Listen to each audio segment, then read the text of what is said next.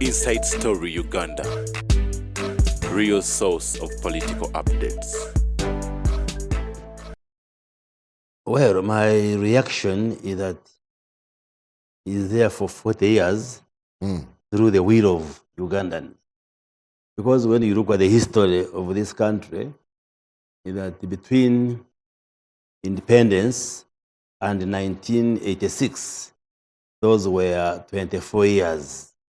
We had close to 10 presidents in Uganda.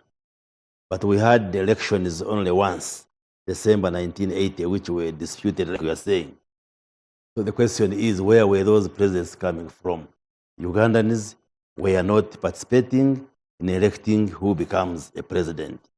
And having many presidents did not necessarily result into transformation. Rather, the state collapsed. Now, under NRM, since 1986 to date, Ugandans have voted for President Yoweri Museveni.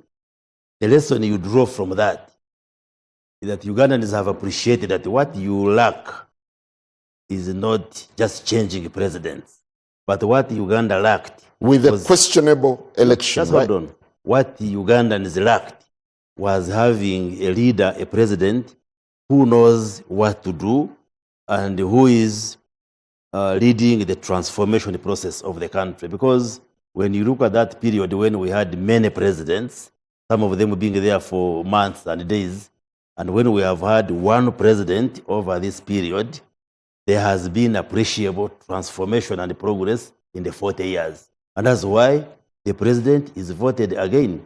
So those global headlines can be there, but Ugandans who understand the history of the country also understand why they vote for President. Because President Yoweri Museveni is not imposing himself on Ugandans.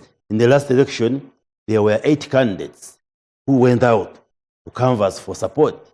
And in the politics, whoever gets the largest majority becomes the winner. The president got close to 72% of those who cast their votes and was declared the winner. So do you want him to apologize for winning the elections? No. And therefore, what Ugandans need is transformation, is better services, is progress going ahead, not necessarily changing presidents. What we are calling disputed elections, disputed by who?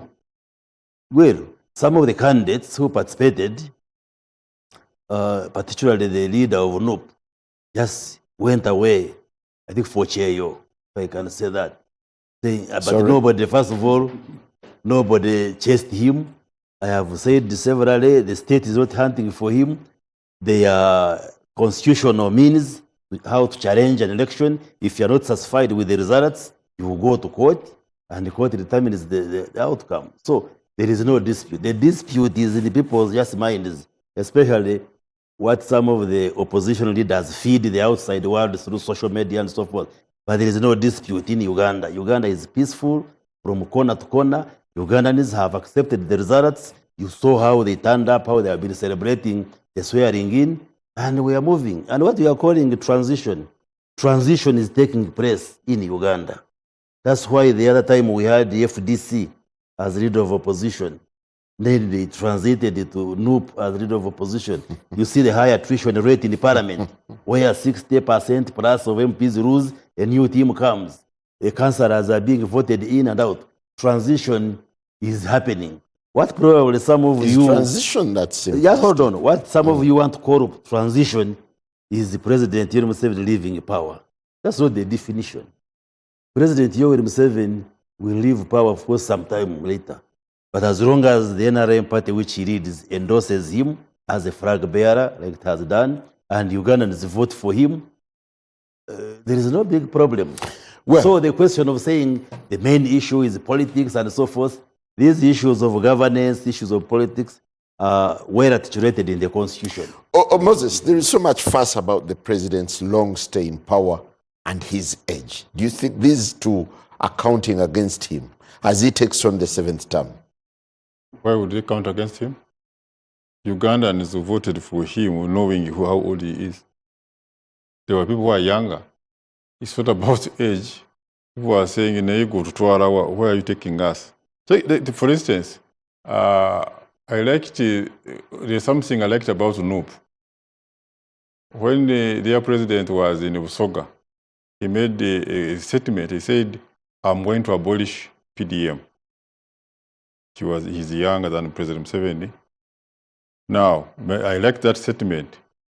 In fact, whenever I would go on radios, I was having a radio program every Tuesday on CBS during the campaign period. And I would say, you choose between the one who's going to abolish PDM and the one who's going to maintain PDM. So it's about your policy. What are you promising Ugandans? So Ugandans were seeing the young and the old and who. There were the Mugisha Muntu, where maybe you could say middle, I don't know whether that will be middle age. I think he's in the 60s. The other, Bobby Wine must be maybe either late 30s or early 40s.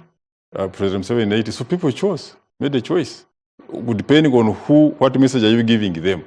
So why would people be bothered that, yes, they know his age, they voted for him, they know his programs, they know what to expect from Museveni, they know what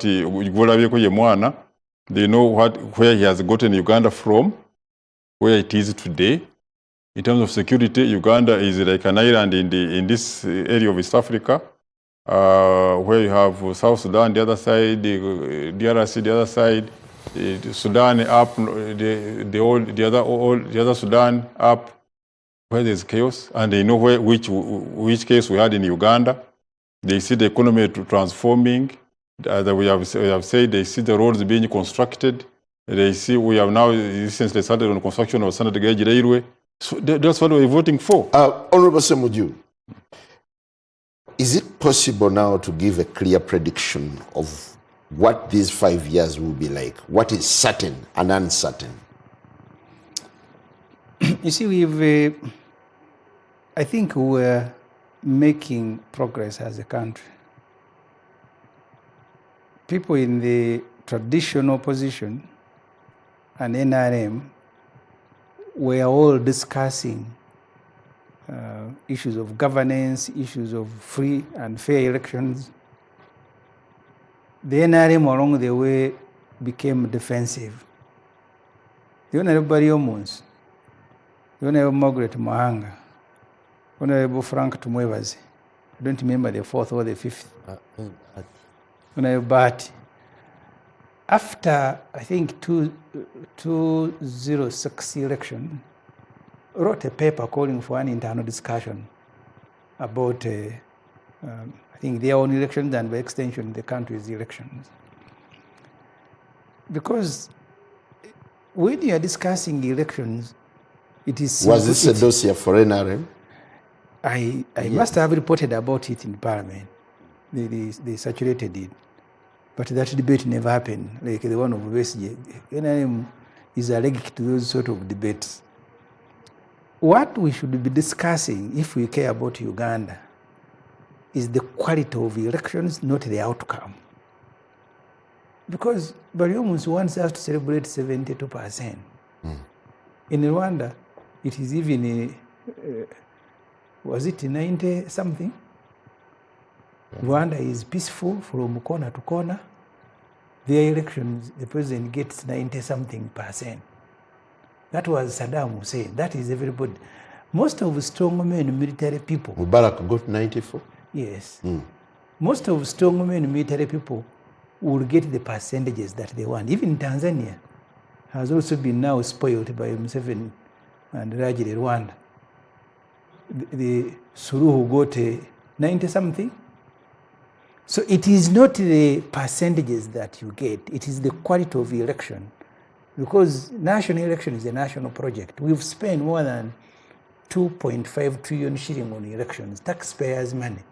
So these elections must be worth the name. So is the country still haunted by the election? You have people who are in prison. You have the opposition. Because of Because of elections. If you make mistakes. I was in Chiteya to see the Honorable Mwanga Chivumbi this week. Picked from his home and is being accused of crimes he never committed. Are you sure? Yes, because Mwanga never shot anyone dead, but there are people who were shot dead. He didn't have even a kasari. But the ones who shot are not in prison. The one in whose house people were shot is the one who is in prison. Why don't we have those who are shooting people in Butambara? He's in prison. I went to visit him this week. You have others. I've told Dr. Wesi is there. We have some Mukumi and others. You don't have to go through the names. So the issue is these particular elections and all the elections we have had, the tendency by the NRM people is to invite a discussion on the outcome, not on the processes leading. Because the Museveni that you're saying is very popular, how much of our money has he used to popularize himself? He spent almost a whole year going around the country giving money, campaigning for PDM, taking photographs with the people and the pigs and the eggs and everything, and then saying the country has transformed. That was a whole year campaign. Then you go into the campaign themselves, militarized, rigging of elections, about staffing. In Chira, where I've been an MP, NRM people who became number 3 were being announced winners for the mayor, So for the the division mayors. NRM MP from your constituency. That's not the only position we elected, Honorable Rwomushana. We would Maybe be in more your interested in area. that one than even any other That one, position. when I lost, I came and said I had lost fairly. But not to NRM. No, I didn't lose to NRM, but even if I had lost to NRM, I would say, because me, I am a Democrat. If You're I lose saying- elections, I'll come and tell you I You're have saying they lost. were declaring the person. I am who telling first. you, we had the mayor for Chira. NRM person came, not even number 2, number 3 was announced a winner. You saw what happened with Muyanja. We were with him in Parliament, Chris Rwomushana. You saw Muyanja Senyonga in Mukono. He was announced temporarily, and when he was going out celebrating, they announced NRM. You saw what happened to the chairman of Wakiso district. You have... I don't know. I was not the part of the process. It is your decision to choose what to know, and I can't blame you for that. So we haven't sorted out issues of election. These are not elections that anyone who wishes Uganda well will celebrate. There must be a discussion in some form. Do we continue with these elections? Look at the level of militarism. We're talking about what to expect in the next 5 years. Militarism, military has taken over our lives. You go to police station, military people, on the street, military people. You go to government departments, military. So we have slowly crept back where, because when Museveni came here, he said the military shouldn't even be around Kampala, they should be in Bombo. He actually physically removed them from Mbuya and took them to Bombo. Now, not only did he bring them back to Mbuya, they are the ones in NIRA, they are the ones in immigration, they are the ones in parliament, they are the ones everywhere. And they are doing well. Yeah, military people will do well. They are doing well. And that's what Uganda. Military people will do well. And that's what Uganda wants. But democracy People can do means well. that the military must be neutral and saluting everybody Moses. Yeah, but if in immigration you are neutral, what's wrong with it? So even in cabinet, Is so you've forgotten what Museveni wrote. is immigration a In political? CA, when you had Serwanga, Tinyefuza and Besigye speaking out, Museveni wrote, I still have that letter to the NRM. And he said, when you go multi-party, these soldiers will not be in parliament. They need to go away. You now have them as ministers. Even the CDF has a political party. No, but He has a political party and the MPs. Semuju. I didn't see Ruhanga going to celebrate his birthday. So we've gone back into military role. These Ruhangas are just sugarcoating. And that will affect everybody, Moses. We can pretend about it. So is it likely to be the major feature, the main feature of Museveni's 5 years? When people grow old, the president has himself said it. When he was meeting traders at Kororo, he said, I have grown, I am about to meet the Almighty. So someone who is preparing to meet the Almighty should be kind enough to the country to prepare it. I am not old, but I can meet the Almighty, but I am preparing my children. I periodically have a discussion with them. If I die, so the president should be kind enough. So the next 5 years are going to be years of uncertainty. These NRM people, when we meet them in the corridor, because they are also human beings, they want a more stable environment. They don't know. That's why you see ministers running to Kororo to celebrate the birthday of Muhoozi. They think maybe he's the next president. Maybe he is. All the people who can't even run 2 meters are there in Kororo, and you wonder. So the level of uncertainty in the country, we need to find a solution. Do you think Semuju is being alarmist in Didn't looking you at see the next Jim- 5 Jim years Mwezi, 76. as very uncertain times? Jim Mwezi, 76. I saw him in Kololo. You saw Kayihura. He looked frail. Well, They are all in Kololo. Moses, bad I'll come for to I'll come to you, All Chris. the people, Moses, do you think we need to be Honorable serious. Semuji is being alarmist I am not. in making predictions of uncertainty? Does Semuji surprise you? If you know the Semuji, you know. He's always like that. So that doesn't surprise me. Ugandans, as I said earlier, there are many candidates, the 8 candidates, as Rwomushana mentioned, of different ages. Yes, President Museveni was the oldest of the candidates.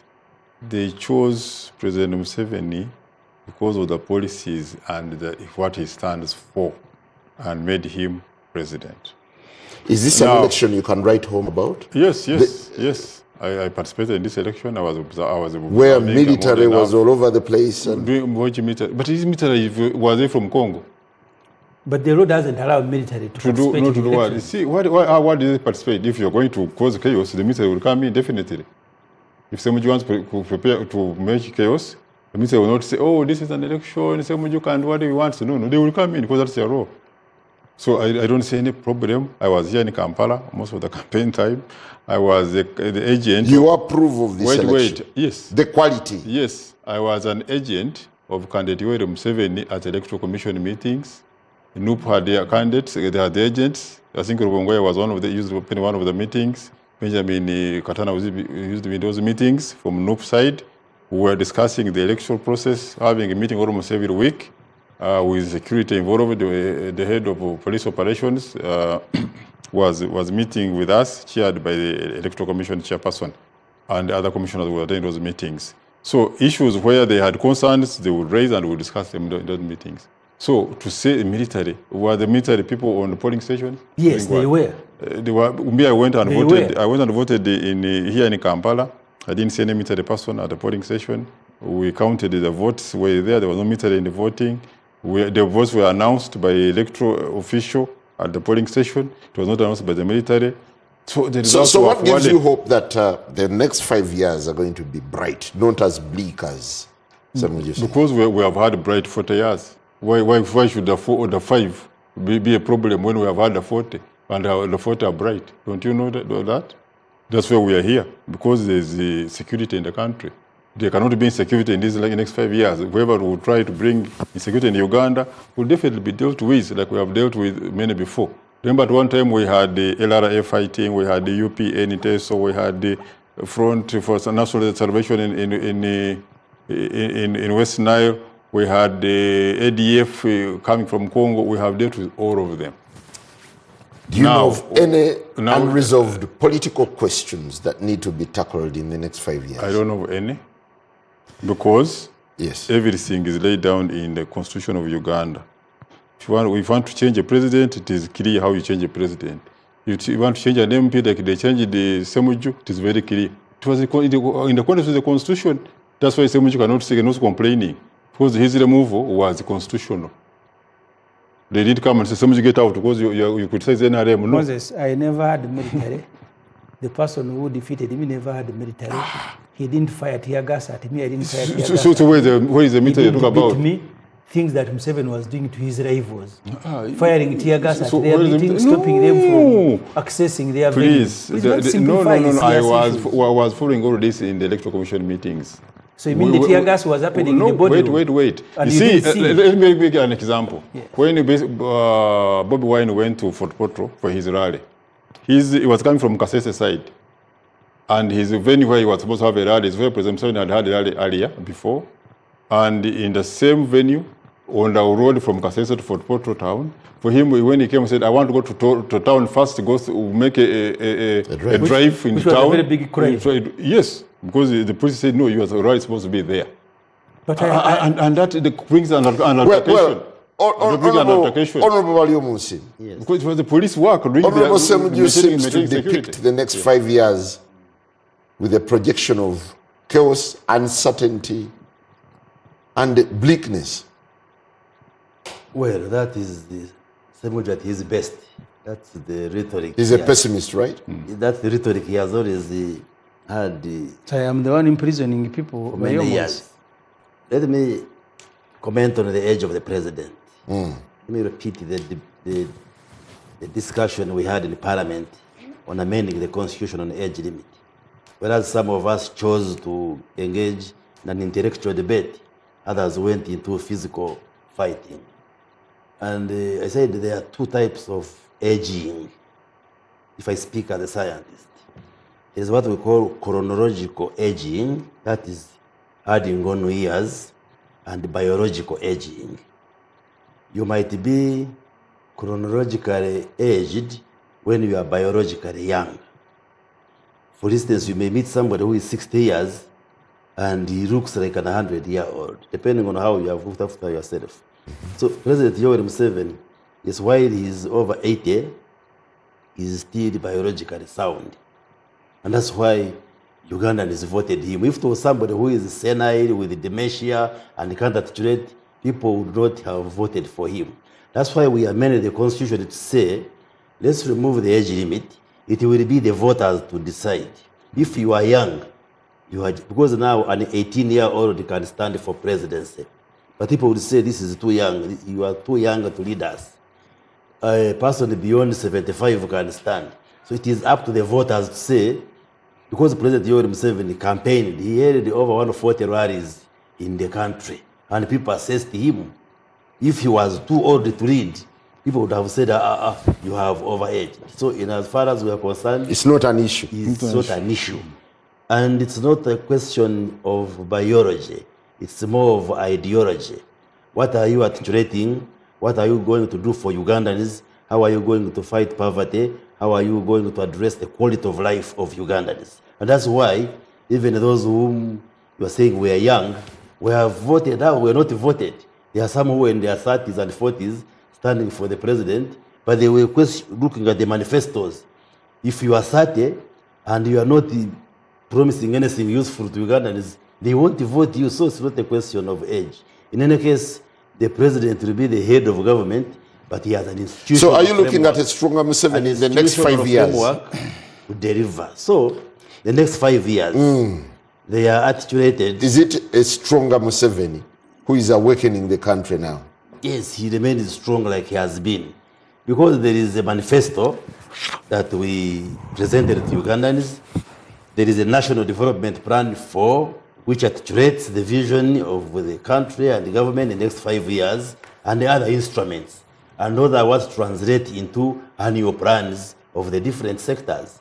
So if you want the list of the next 5 years, first of all, it is a government in the continuity, where it's NRM continuing, and therefore we consolidate and scale the programs which NRM has been implementing. Like you say, the infrastructure programs, expanding the road network, electricity, safe water, social services, health, education, and we have brought out those points, the areas which will be handled in the next 5 years. Like education, we have said we are now going to move to free primary and secondary education because school fees remains a challenge. But the flagship program of the government is going to be wealth creation, the PDM, Emyoga, and others. Because can all these thrive before fixing the political question that Semuju talks about? Which question? Just the political question. You see, you don't create a question because you have lost or you have failed to capture power. No. We have a multi-party dispensation. Political parties are contesting for power. The political party which garners the biggest percentage goes into leadership. Simply because the Semuju's party cannot win, that doesn't mean there is a crisis in our politics. No, the Constitution is very clear that even if President Yoweri Museveni was to leave, either, God forbid, through death or maybe leaving politics, that God should forbid death. There are mechanisms outlined in the Constitution how we transition into the next leader. So there is no crisis at all. How does it appear to you when the two big rivals of President Museveni, of the opposition, the two big figureheads in the opposition, one is incarcerated without an end to his trial, and the other one is in exile? Dr. Besigye. You see, I have said this severally, that being a political actor does not insulate you from prosecution if you are suspected of committing a crime. There are charges which have been preferred against Dr. Besigye. Don't tell me because he heads a political party, therefore, if suspected of committing crimes, he should be left alone. I think that would be wrong. Isn't this an issue that the president should be talking to seriously? Come again? Isn't this one of the issues, the political issues that the president should speak to? Which freedom of political contenders. Yes, and if you commit has crime, that freedom been narrowed or you removed? We have told you there were 8 contestants against President Yoweri Museveni. Political parties, isn't Semuju here representing the opposition? Why didn't I stop him as Minister of Information from appearing on this show? Political actors of different shades of opinion are active. It is not a crime that Ugandans, majority of them, support NRM. And don't make me appear shameful simply because the party I belong to is voted by Ugandans. Dr. Kizza Besigye is in prison not because he's an opposition leader, but because the state suspects that he engaged in crimes. And his case is before the courts of law. What we would pray for, like we have said always, the court process should be expedited for him to get justice through court. The Honorable Chaguranyi, the leader of NUP, for the umpteenth time, I have to state that he went to exile or wherever he is on his own volition. The state is not hunting for him. There are no charges which have been preferred against him. He's very free to return to Uganda and go to his home. And I know for a fact that he will be coming soon and he settles back home. So that does not amount to a crisis at all. It doesn't. So the so-called political question, the question is in your head. It's not in the heads of you. What Ugandans need, Honorable Semuju, what Ugandans need you heard from is for us to work Honorable and improve services. That political question is just a figment of your imagination. Let me finish my sentence. What Ugandans out there need is stability, having this peace, and the government and other service providers extending services, health care. Let's improve health care, improve education, expand the road network, let people have access to safe water, handle this digital transformation like ICT digital services, so that they can have a comfortable life in their country. Thank you. Honorable Semuju, I'll give you a couple of minutes before we take a break. Of these Semujus, not Ugandans. There are young people arrested, kidnapped using drones during the 2021 elections. If you visit the Honorable Mwanga Chivumbi, they are still in Kitaria. They have never been tried. They don't know their charges. They are there in their hundreds. Chris, these children have, these people have parents. They have never been tried. The only group they afraid was the one Balaam went to speak, I don't know whether to Mohozi or to his father, and they said for you to get out, first come here and confess that you have committed crimes, and then they will pardon you. Those who said, but we can't concede to crimes you have not committed are still in jail. Dr. Besigye has been tried, I don't know how many times, for rape, for treason, misprision of treason, terrorism, everything. Even when that trial of his, the holding charges in the file of police had something to do with smuggling. He ended up being charged with rape. It's not the first time that offenses are manufactured. I told you here, in my case, during walk to work, I walked from Chireka, got arrested in Banda. But the charges they put on my file by the investigating officer was terrorism. It took the intervention, I think, it took the intervention, I think, of the DPP, because they had put nothing on the file, to at least charge him with the public nuisance, because they were looking nuisance themselves, that you found him with a bottle of mineral water walking and you are saying terrorism. Why would that be an issue in 75 years? You have just passed the protection of sovereignty bill. You media covered it as if it was going to affect all the political parties and civil society. There is a clause on economic sabotage, and you're going to be arrested, convicted, either some 20 years, I don't remember the penalties. If you've authored or broadcast an article that is construed to mean you are sabotaging the economy of Uganda. So the civic space is... And that's good. The civic space is shrinking. You heard Moses? Why would you sabotage the economy? Whose interest will you be? Whose economy are you talking about? You sabotage the economy of Uganda. I have told you for... What is sabotage? It is defined in the law. Because of walking, they were charging me with terrorism. It's not that people are going to commit economic sabotage, but they are looking for offenses for social media, for everybody, civil society. So the civic space is shrinking. And the good thing with the NRM people, you will also fall victim. It's okay. You will fall victim. When you create a system that is unjust and unfair, it is just a matter of time before that system eats you. So we need fairness, we need justice, the fabrication of cases to ensure that particular people are in prison. All that needs to stop. Well, as we take a break, this Biaruhanga, a senior presidential assistant on advisor on political affairs, together with Honorable Semuju Ibrahim Nganda. Along the way, we'll also be joined by Honorable Chris Rwomushana. I would actually call him former Minister of Information and National Guidance. Gentlemen, good to have you and a very good evening. Good evening to you, Simon, and my colleague in the studio, and our viewers out there. What is no sleep? It's about working. The president was clear. We want Ugandans to engage in production, doing business, those in agriculture, those in service sector, those in manufacturing sectors, those in ICT. If we all worked and government offers the necessary facilitation to enable you work. For instance, on our line of transforming societies into a money economy, when we started the PDM, this Kisanja, which ended yesterday,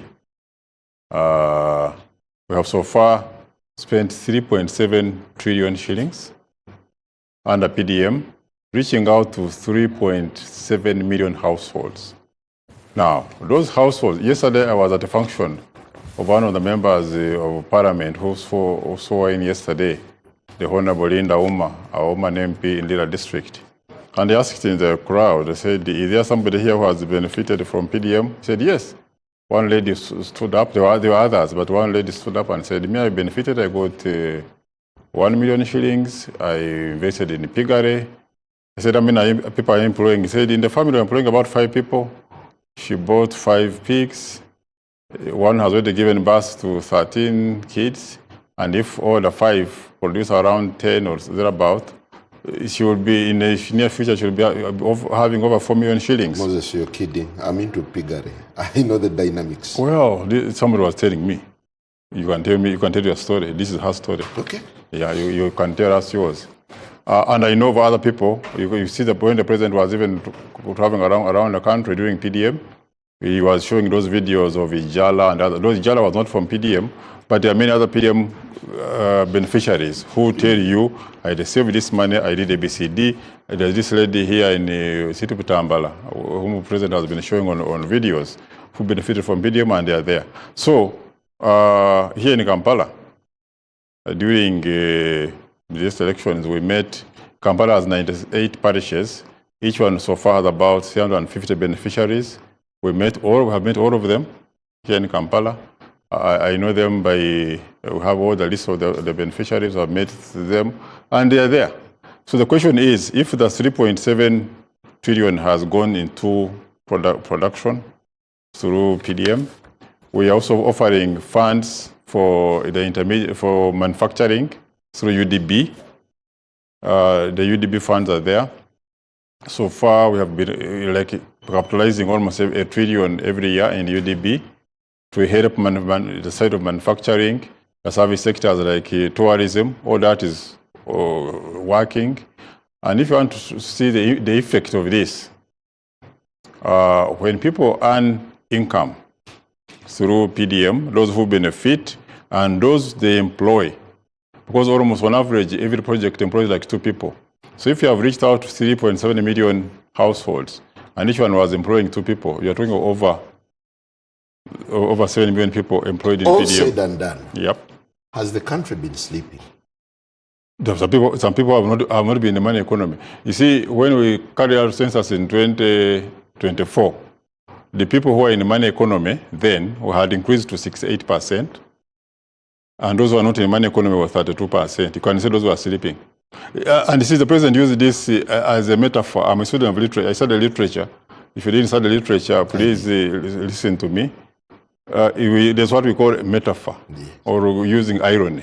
So if you use a metaphor in literature, it doesn't mean people are just sleeping in their beds without waking up. It is use this literally.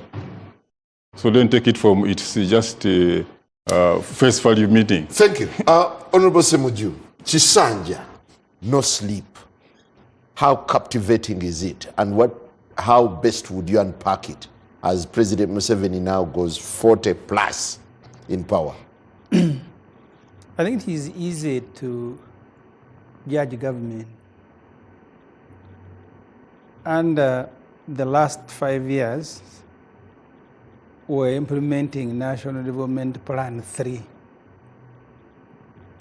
We exited National Development Plan 3 in 2004, I think about a year ago.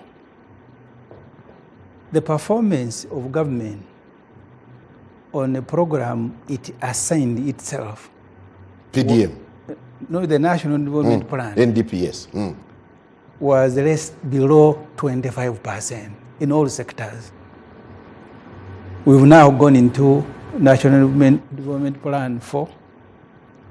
There are programs there with money against those programs that we need to use to move to where they are promising us. So it is easy to judge government because they usually set themselves standards. If you speak about PDM and NRM, it's muchaka instructors like the senior presidential advisor.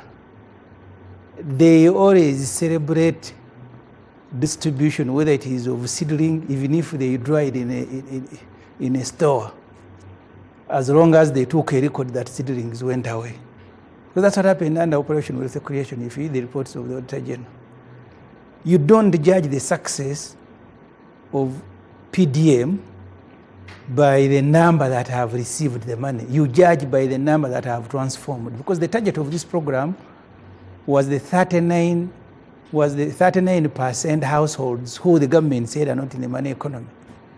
The average, because Uganda has about 10.6 million households, 39 translates into 14 million people, because we have 4 people per family, 4 point something. The recent report of the Auditor General says, because after 2 years, people who received the money, the assumption, as Moses has said, they are into piggery, they have now made money, they are supposed to repay. By now, we should have 1 trillion shilling return, because this, this is supposed to be a revolving fund. The Auditor General says those who have paid the 1 trillion that they're supposed to have brought back is 1.6 billion. That's the only money they have returned. 1.6 billion. The target is 1 trillion. That's what they should be returning every year to continue revolving, because government is not going to be sending money forever. That's the policy. When we met the Minister of Finance, they actually said they have returned less than a billion. I'm not talking about 2 government sources, but even if both of them had said 2. So which means these people, and there are other yardsticks, we are dealing with a budget. One of the things that was troubling us as a budget committee and the finance committee, because, and the Honorable Kate Shumba was in URA said so, if we have given people money, they are into piggery, they have done one, consumption level must go up of everything. And that means that domestic taxes must go up correspondingly. This financial, when you're looking at the budget, domestic taxes are going down. It is only international taxes that are going up.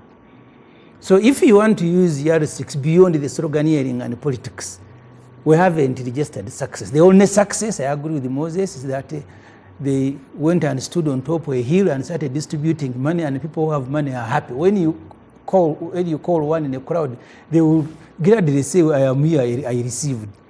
But the transformation, because the issue was, this is like a rural credit facility. You want people to access money because government thought the factor that was missing in production in the rural areas was money. Make money available, people will go into what Moses has described, and then they are happy. And then you see that but in now, them returning the money. Now the president seems to be coming to remedy this, isn't he? Yes. Somebody is missing a point. First, look at OWC, wealth creation. When we distributed the seedlings of coffee free to the farmers, starting in 2013, along the years, today the coffee exports, the coffee bags, what they call the 60 kg bags, have moved from about 3 million to 9 million. So threefold bags. And the earnings from coffee have increased from $400 million, between $400 and $500 million a year, to $2.4 billion in the last year. Do you know of any particular plantation that you could proudly say this was sponsored by government? Yes. Where? Across the country, where we distribute seedlings. Now, you think this coffee which is being exported in a large volume of 9 million bags, earning the country $2.4 billion, the first ever in so many years of Uganda. Listen. No. Yes. Listen, this coffee is coming from where? Is it coming from Congo? Is it coming from Rwanda? No, people buy their seedlings. No, we have been distributing free coffee seedlings in Uganda, and that's the success you are seeing. It's under OWC. Go to Zombo areas where we're distributing tea leaves, tea seedlings. People are growing tea. Go to some area of western Uganda where, like Kanungu area, Kigezi had never grown tea for many years. But we started growing tea under OWC. If you go there today, in fact now the tea farmers are complaining about international prices being low, but the tea has been planted. Honorable Semuju, when the president comes out and says, this time, he sounds intentional in saying that this time, before that, I wanted to respond also to Semuju. See, Semuju is saying, yes, we gave the people a grace period of 2 years to start repaying PDM funds, paying back. Now, you don't pay back the whole million at a go. So he's telling you that they have so far paid 1 point something. That's okay. And they are. But the question is. They are elapsed. The question is yes, but you see, it doesn't mean that you. I think we need to clarify there as the government how in what period, because they said the grace period is 2 years. It doesn't mean that when the 2-year clocks, you bring back the million on the same day. The target was to recoup at least 1 trillion. No. At least 1 trillion. Whose target was that? That's a policy. No. Listen to me. I'm here. We make policy. I don't have to listen to you. You have policies to. Come to ask for approval. But we're the one who bring them. They are anyway. no longer your policies. They are ours. We're the one in government. Where you're not government. In fact, today you're not an MP. You bring them for approval. For you haven't sworn in. I don't have to. So, but we have a new parliament. We have a new parliament now. Yes. Now, if we see so what to withdraw the old policy. What we brought. Because Semuju has left. Listen, Semuju have left. Good enough. So you're going. And thank to God. You're going to now.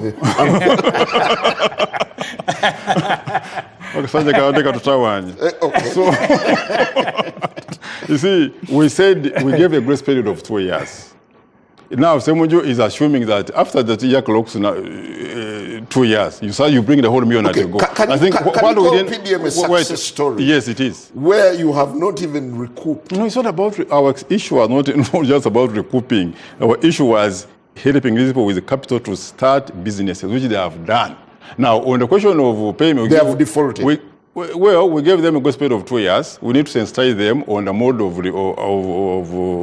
repayment. Okay. Because Honorable Samju, because you ate into somebody's time. because the policy did not state that you should pay it in this period. Well, Honorable Samju, you may come And in. we shall clarify on that. It will take you forever. No, it only gave them I am on a grace period of 2 years, but we didn't say, after 2 years clock. Did you read the Auditor General's report? You bring the 1 million at a go.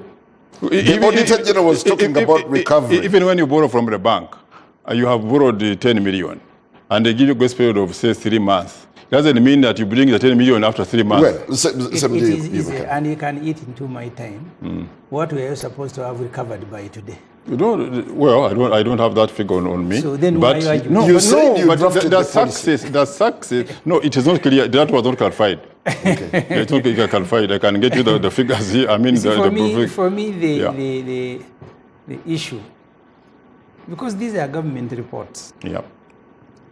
I have told you here time and again, if you read the Bank of Uganda Financial Capability Survey report, Bank of Uganda is telling you that people who earn 1 million shilling and above, because let me first give you the other figures for me to explain this.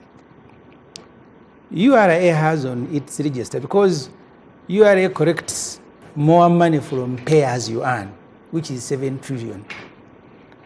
But they are collecting it from about 1 million, sometimes 800,000 people. Those are people who are paying that amount of money.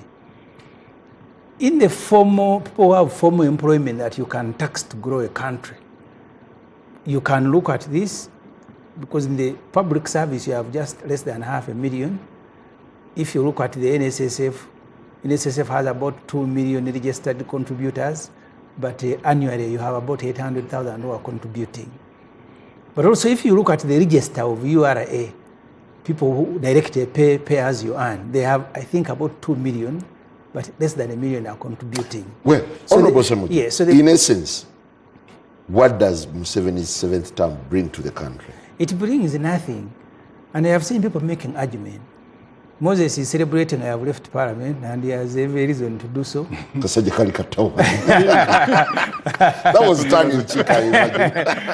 But the next term of office, the 5 years, we have already, as parliament, before I left Moses, approved both the policy and funding.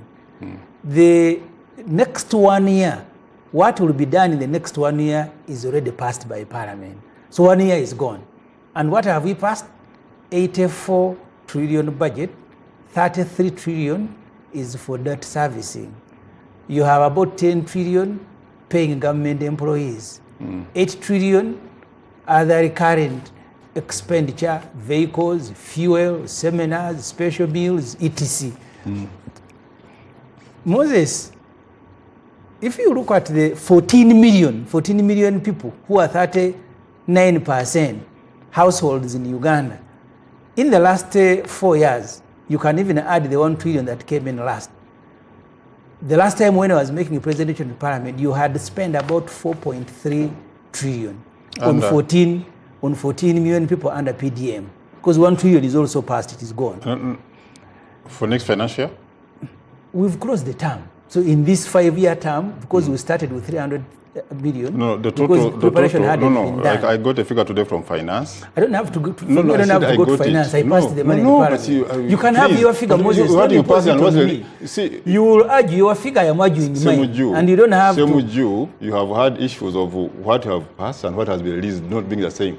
I Have you know, never about that? I know both. Yeah. I am telling you, So all today, the money for PDA. I got from in accountant this term, from accountant general. In this Mr. term of office, Godfrey. listen, Moses. In this term of office, we have passed and finance has released 4.3 trillion. We have spent on State House 4.4 trillion. So you have spent. Does that figure match what you got? Wait here. It doesn't have too much. It's not the originator of the figures. I receive figures officially. Please. And that's why he's celebrating. Your term is gone. He's celebrating my departure in Parliament. This is from Semugoma, the accountant general. The figures of release. I got it today. You want to look at this? I don't have to. Yes, so I don't have to. How don't do do you that. verify your sources? Well, but it changes you nothing. have his telephone It number. You can call him changes if you nothing want. because actually it says they have spent less. Me, I'm saying they have spent more. So I'm happy we can go with this figure, even if he reduces 3.7 trillion. Yeah. 3.7 We can trillion. actually even So say far, at two. least. I have no problem with the figure he's quoting, but the issue is, What's your problem? in the last 5 years of Chisanja Hakuna Mchezo, you have spent 4.4 trillion at the residence of the President's State House, one person and family. But you have also spent 3.7 on 14 million people. So who will get out of poverty? So the biggest problem of government, that's why I said you need to contextualize. I need this distinction. State House? 4.4 trillion.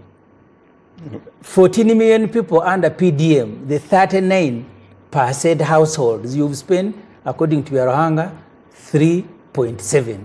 The figures I have in Parliament, including money that we passed, is 4.3. Because I am also including money that... So now the president is coming to fix with Hakuna sleep. But I'm telling you, have passed the budget for next financial year. Yeah, and who's going to spend it? The spend is going to be the same. Yeah. And I have told you. So where is your problem? The problem is that you are sloganeering. Because when you have programs to implement, you must have money to implement them. And we have. I have told you the performance of government under National Development Plan 3 was less than 25%. They just fine-tuned it and called it National Development Plan 4. Moses, yes. The problem I have with Semuju, we're just playing around with the figures, which and that doesn't explain well. If you talk about, for instance, in these 5 years, the economy has expanded from equivalent in American US dollars 61 billion to now 66 billion, close to 68 billion by end of the financial year. That was the projection. Now, what led to that expansion? You want an explanation? It is the economy has expanded. You want an explanation? Wait. The per capita income has increased. That's the wealth for the people.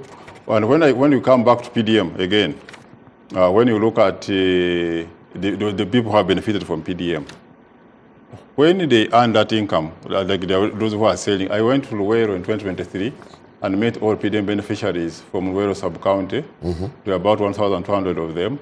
My other team went to Lango in one of the sub-counties in Dokolo and met the beneficiaries there. Another one went to Pakwach. We met the beneficiaries there. Another went to Mukono in the C sub-county and we met the beneficiaries there. And each one of them were telling us their stories. Is it part of your docket? Yeah. We run a country. Okay. Yeah. So, so we met these beneficiaries.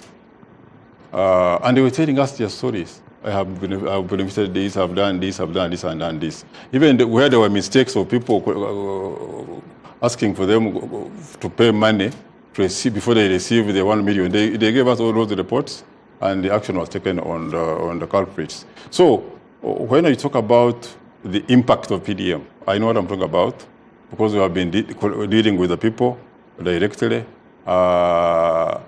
When they earn the income, they spend on infrastructure, on consumption. When they spend on consumption, they are consuming goods produced in Uganda, even some of which are imported. Some of you were saying that taxes on imports have gone up. Okay, if taxes on imports have gone up, what are you importing and who is consuming what is imported? Well, Honorable Semuju, you want to come in? Who is consuming what has been imported? It looks as though the contradictions of figures... Is it by MPs? There is no contradiction. Yeah. If you study these figures carefully, you will know that they are exaggerated or they are misrepresented. If you look at the GDP, for example, we now earn in courts, I think about $6 billion US from gold. That gold is from Congo, trafficked. No. I am telling you, Moses. No, you're just a lie. Because you see, these things are simple. Yeah. When government brings a budget every year, they will tell you that this will be government receipts. And if you look at all the budgets, including next financial year, we are going to correct taxes of about 30-something trillion, get money from local government, which is about 3 trillion. There is no money from gold. Just show me even one line in your budget, money that is from gold, either as taxes or receipts. It is not there. So what's your problem? The gold passing here, Moses is asking the what your problem, problem is. read the Bank of Uganda. Bank of Uganda tells you that you are exporting gold worth about $6 billion US. What remains in the Ugandan economy is $200 million US. What that means, when they are calculating GDP, they are going to include the gold, which is just passing. You see, that's what it is, Moses. That's what it is. But same with you. But because you have been addressing rallies of peasants, you go and tell them GDP has grown from 62 now to 68. It hasn't grown. Let me educate you. You see, Uganda, Educate some Jew. Yeah. Who's been passing the budget? It's okay. I want to be educated. Yes, you see, gold. Uganda, we passed a policy that no export of unprocessed raw materials, including minerals. So when that policy was passed, there are about now, I think, 13 refineries, gold refineries in Uganda. When you look at the figures from URA, gold is coming in from Ghana, it's coming in from Mozambique, it's coming in from Botswana, it's coming in from some countries in Southern Africa for refining here in Uganda. Where is the refinery? There are about 13 of them in Uganda. Wow. You don't know that, Kagwa? Okay. I can organize and take you to one of them. So there are many of them. So because we are refining gold, gold is coming in from other countries for refining through Uganda. So what is talking about the value of what remains is the value added. Because the other one has come in as gold from Ghana, so to your gold. You add value through refining it to 99.9%, and it goes it's exported. So that's what's happening. It's not coming from Congo. Congo will be sold the least. You can get figures from URA because you talk about figures. Get figures from URA about Ugandan imports. You will see a lot of gold coming in. You get conviction out of this. So whether you convince or not, I'm not convincing him. I'm convincing the viewers. It's about Semuju because Semuju can deliberately refuse to accept facts. That's his problem. But the issue is gold is coming in from Ghana. The gold is coming in from Mozambique. It's coming in from Burkina Faso in large numbers. And I can have the figures here from URA and some Southern African countries. And this is the gold which is refined in Uganda. Honorable Semuju, you may come in as we wait to speak to Honorable Balimus. I have told you when you are presenting a budget and its financing, you're going to indicate where the money to finance the budget will come from. But I asked Moses, just show me one line in the budget. Because we are supposed to have taxed 200 US dollar per kilogram. Per kilogram, yeah. But even that, the president suspended. Why? People who are involved in the gold... There was a case in court, you know. People who are involved in the gold trade told him, because the benefit that we get out of that gold passing through Uganda is stabilization. Not being refined in Uganda. Yeah, but just passing. They can refine it elsewhere. But the benefit we get is that that gold has been helping us to stabilize the shilling. And it's good economics by Museveni, you give him credit. Because people who are trafficking that gold from Congo can export it through Rwanda, mainly can export it through Tanzania. So the benefit, actually people who sell gold here, they go to Dubai, Thailand, China, sell and return with physical money, dollar. That's why your shilling has been a bit stable. And when these guys, the ones who are selling and are refining, met the president and convinced him that this is the benefit that you get, he said, okay, you first wait the $200 per kilogram. This benefit is more important. My only problem is that when you are calculating GDP, you include the 6 billion from gold, which you know that is not your gold. It's just transiting through Uganda. But the point, which I don't want us to lose, I have told you the financial capability survey report by Bank of Uganda tells you majority of people who are working in Uganda, if you read the report of National Planning Authority puts the labor force at 15.8 million people. And 13 point something are in private sector. Then Bank of Uganda tells you that of those 15.8, more than half earn 150,000 per month. That's what they earn.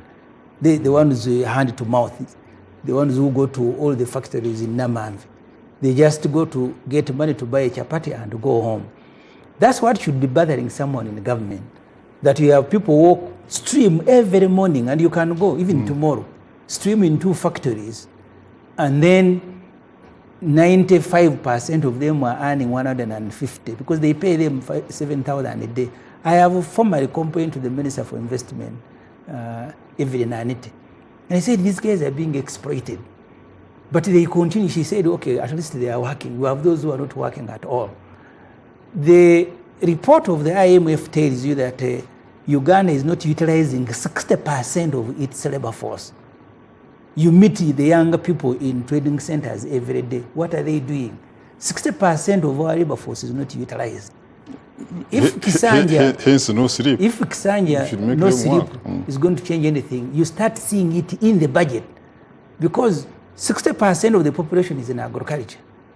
Less than 1%, the coverage of irrigation is at less than 1%. The report of the both Bank of Uganda and IMF tells you that people who have improved seeds are less than 4%. So these are things where government must invest. I was sharing with a colleague, I said, I am an MP, okay, Moses reminds me you have gone and we are celebrating. You pay me well. You give me breakfast. You give me lunch. You send children to primary school. You don't feed them. And then you tell parents not to feed them. That's why IMF is telling you that the productivity level of children who are in school today will not exceed 39%. You need to see an improvement and movement of money from items that are unavoidable and that are not necessary, useless. Well, Honorable Chris Rwomushana, the man from Kanungu, joining us now. Good to have you. You were saying that when he comes here, you're going to be calling him former minister. Now he has come. Yes, I believe you're now a former minister. I am a brand new member of parliament from Chinchiza. Okay. Well, I am still a minister. President Museveni, like I explained earlier on this show. we're finding this problematic that in the new term, the same cabinet, was the same cabinet now transferred? Yes, the president has not yet appointed a new cabinet, and he has allowed the outgoing cabinet to remain in office in this transitional period. But the ministers, your over colleagues signed out. Which ones? Honorable Mao, several ministers signed out and said they're done. How? Did you attend the ceremonies where they signed No, out? Honorable Norbert Mao took a video and said, it's my last day, I am signing out of office, I will no longer be Minister of Justice until otherwise. Well, it's just misguided. Because I have said on this very show that the president spoke over the issue and said the ministers should continue. Are you speaking like national guidance? Absolutely. I am the Minister of Information. Well, so your Minister for Information. He advised that the honorable ministers should keep in office irregularly until that time when the new team has come and then the ministers hand off. Maybe, like I said earlier on, do you think there is a lacuna? Do you find a lacuna? Issuing the appropriate instrument to effect that transition. Do you find a lacuna in in the 9th Parliament, the Honorable Dr. Rwomushana tabled the private members' bill on transition. The NRM people are hysterical. Even to hear word transition, they thought that maybe Museveni was going the following day. They opposed the bill. I visited Ghana. Their experience was chaotic. When J. Rawlings left office, he supported his vice president, and the vice president lost. The opposition that had won did not wait for a formal handover. They were kicking doors the following day. As a result, Ghana enacted a transition act that guides what happens. It shouldn't be at the whim of the president that you must continue. So we are still lacking that, and I agree, if Museveni says ministers should stay on until a formal handover has happened. Is it irregular or you find it should be okay, but we need to make it regular if it is irregular. Well, so we need a transitional arrangement, because I saw people in these Mivumba attires in Koro, the ones who are sharing in the president. We must have a national transitional committee that welcomes the president and hand over instruments. It cannot be you with Museveni poster on your shoulder that you are the one. There must be a national committees to hand transition. The trouble is that because they are transiting, they are the ones who are transiting and the ones who are incoming. Well, Honorable Barrio Now you Musa. are saying I'm putting on Muvumba. Muvumba means the second-hand clothes. Are you saying they are clothes which come from outside Uganda, second-hand with the Museveni's portrait? You buy and then put Museveni portrait. Museveni, President Museveni, Yes. declared Chisanja no sleep. Yes. Are we seeing a rebrand of Museveni 40 years later? Well, I have been following the debate from the beginning on Afro-Mobile. phone. Like Moses said, don't just take it literally that he meant sleeping in a bed or on the floor. He has been using that language largely to explain the effort by government to create wealth creation and ensuring that Ugandans get out of subsistence livelihood and get into the money economy.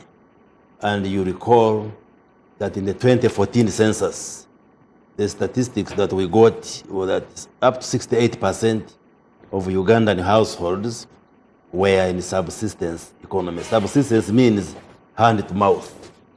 And this later fell to 39%. I think the latest figures from the Uganda Bureau of Statistics put the figure at 33%. So he considers those who are not part of the money economy as those who are sleeping. So his message was, in this coming term, we must all up our sleeves and work very hard and ensure that the remaining households and remaining individuals in Uganda can get into the money economy by reducing or eliminating subsistence. Isn't this the usual rhetoric that the president makes at every address? Well, even if it is the usual rhetoric, but there is evidence that things have been progressing. There has been significant progress. Even the PDM we have been speaking about, there is progress which is visible. So he's basically saying, if there has been some lethargy, if there has been some weakness in the past, everybody must wake up and we work 24/7 as Team No Sleep Uganda, so that we can all move into the money economy. And there is nothing wrong with that. Do you agree with the notion that the country has been asleep and he's now awakening it from slumberland? He's saying there are those who are asleep. Asleep in a sense that they are not earning money, they are not putting money in their pockets, they are not creating wealth. And therefore, going forward, we must mobilize the country to lift those who are below, those who are in subsistence, and all of them to be in the money economy. Well, so I have no problem with the language that he used. And Moses, not misunderstand it. Moses, I intently listened to the president. Do you think he touched the chord of the state of affairs of the country? The real issues that Ugandans were yearning to hear from him? What are they? Transition. Which transition? About transition, that is. We have a constitution in Uganda which says we should elect every 5 years the national leaders, like we had election in January. So the next election is 2031, January. I don't know the date, but it will be January definitely, as per the constitution. So new leaders will be elected. The president will be elected, parliament will be elected, local governments will be elected, councils will be elected. So that's it. Now, when you talk about, we are talking about today, we need to continue the transformation of the country because we have been transforming it. Let's look at, transition. We have been transforming. I'm not talking about transition, transformation. Socioeconomic State transformation. of politics. Socioeconomic transformation of Uganda, which is going on. The per capita GDP is improving.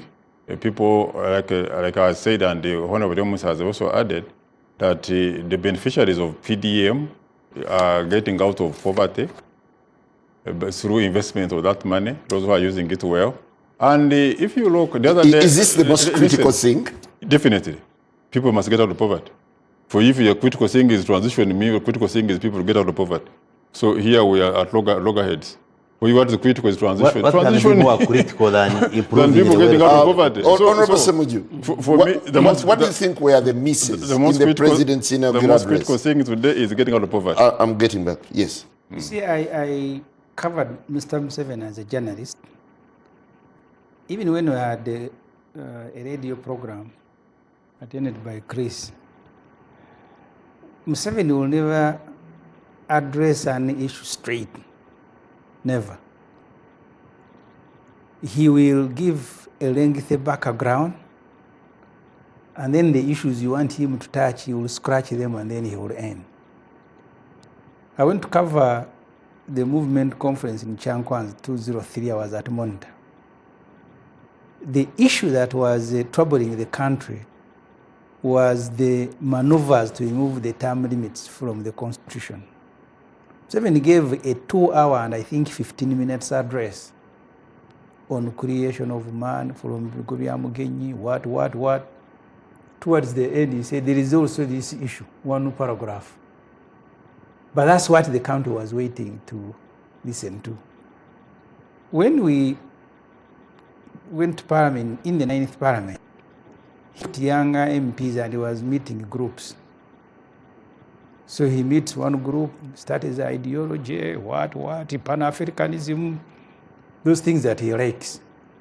Fiona Egunyu was, I think, Buvuma Woman MP, told the president, my people are not going to eat ideology. I want you to speak about the issues. Of course, the rest is history. So what is troubling the country is politics, and Museveni has written it himself. In one of his books, What is Africa's Problems was not transformation. That's not what he said, Moses Biarahang. I am reminding you. He said what is troubling Africa are leaders who overstay in power. In a book written. Without being elected. He never put that. You are now qualifying it. It is not in the book, but go and read it again. I think now you feel funny about it. Now you have to qualify. So what was troubling Africa, according to that Museveni of that time, was backwardness. Leaders. No. The biggest. That's the book. I've read that book. It does not matter. So am I right? There's even a second edition. Did you also talk about backwardness troubling Africa? I am picking one issue. So you are there are many other issues. The others. You are adding another. The whole book was not written on one topic. But after writing it and say, because the book cannot be one sentence. Yes, there's also backwardness. And I'm not stupid to say that the whole book was about that. And he has written many more books. That's what we're implying. So you cannot summarize, as people say these days, you cannot summarize the issue of politics in the country. It's a very big issue. It gives people comfort to work. And that's why it is the most debated issue, not the transformation, Moses, you are talking about. Everybody wants to be transformed. But you must also sort out the politics. So what did you want him to say about politics? He no longer says it, so I didn't want him to say it because he was never going to say it. I have asked him personally, not through anyone. We are seated the way we are seated here. And I told him, give Uganda a gift to Mr. Museveni by announcing when you are leaving. Then he said, the NRM will decide. So the point is, you have an 80-year-old man. I saw the recent article by Andrew Mwenda. He said his age has now become a trouble for the country. The way people were taking advantage of Museveni's age. That is Mwenda's latest article, the spokesperson of PLE. He thinks the age has an issue. When you are 80, 81-year-old, you must give people comfort that this is how politics is going to be done. Because it is one uncompleted project in Uganda. The constitution had set parameters, they were removed. You have had Museveni staying in power almost for life. And I am one of those who think, I pleaded with him, sir, please help us. I even offered, I said, I will dance for you the day you leave. And he said NRM will decide. So you must address politics. You must also address issues of transformation. It is legitimate. And that's why you said in his book, What is Africa's Problem? He also spoke about backwardness. It's totally in order that you focus the country and give everybody comfort, people who are in prison. Dr. Besigye, who was his doctor, treated all these NRM big people when they were in Rwomushana, and immediately after capturing power. He's about to make 2 years in prison on fake charges. We have Sam Mugumya. Sam Mugumya was our candidate in the last election.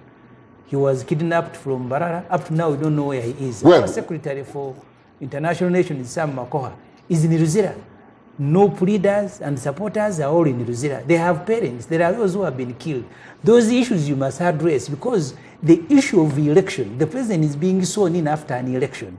Sort out issues to do with the election and then rally the country on transformation. Well, when we return, Honorable Rwomushana will definitely be giving you an answer to this because I've seen quite a number of headlines in global media outlets. They're focusing more on 40 years of Museveni